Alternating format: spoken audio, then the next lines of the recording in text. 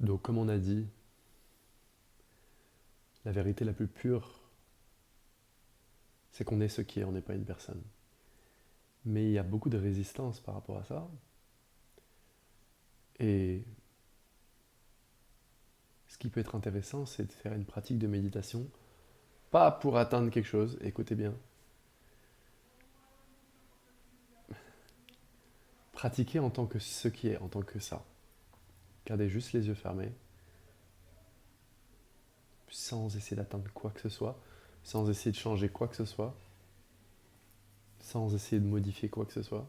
Tout ça, c'est de l'ego. Tout ce qui doit arriver arrivera, on n'a pas de contrôle sur ça. Donc quand je fais la méditation, c'est pas pour changer ce qui est en ce qui n'est pas.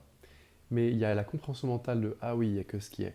Mais après, quand il y a des événements dans notre vie qui arrivent et on n'est pas trop en phase, c'est un peu chiant, c'est là aussi pour nous tester. Est-ce que j'arrive à rester présent avec cette réalisation? C'est pour ça que Dieu nous pousse toujours vers l'intérieur. On ne trouvera jamais notre bonheur à l'extérieur et il nous pousse, retourne à l'intérieur. Tu as compris la réalisation, tu l'as eu mentalement, il n'y a que ce qui est. C'est la réalité et la vérité la plus pure, vraiment. C'est vraiment ça. Maintenant, ceci étant dit, il faut que ça soit imprégné dans le corps. Et c'est pour ça qu'une pratique de méditation, en tant que ce qui est, pas en tant que personne, pas en tant que vous, peut radicalement tout changer. Et c'est l'étape la plus importante, et c'est le truc que la plupart des gens ne font pas, ce changement radical entre j'ai compris qu'il n'y a que ce qui est, et vivre en tant que ça, l'incarner. Et Dieu nous pousse dans cette direction-là. Donc vous verrez que votre vie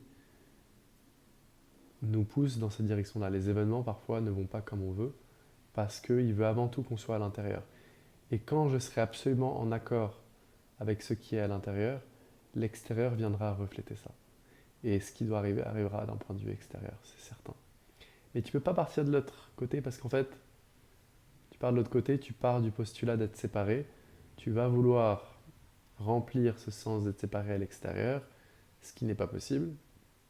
Et tu vas voir que, au final, euh, il va te ramener à l'intérieur de plus en plus, encore et encore. Donc,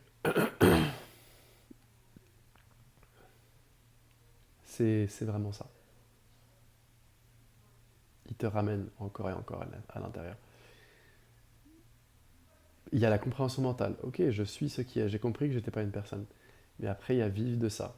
Et quand vous gardez les yeux fermés, vous allez voir le mouvement même, le vasana même d'être une personne. Il est fort. Il est là depuis des millions de vies. Et c'est ok. Et là, c'est l'opportunité de le dépasser et de passer au grade supérieur. On va dire ça comme ça. Donc c'est merveilleux parce que c'est la possibilité d'incarner ça tous les jours. C'est super. Donc partez toujours de l'intérieur, l'intérieur. Et quand je suis calé bien avec ce qui est, l'extérieur, je fais au mieux. Et si les choses se passent, tant mieux. Si ça ne se passe pas, c'est que ça ne devait pas se passer. Vous en faites pas. Ne stressez pas par rapport à ça. Il n'y a pas de contrôle. Aucun contrôle. Comme si on avait du contrôle. Qui a du contrôle? Donc, euh, donc voilà. Et vous saurez que vous aurez pris la bonne décision quand vous serez bien à l'intérieur. Vous en faites pas.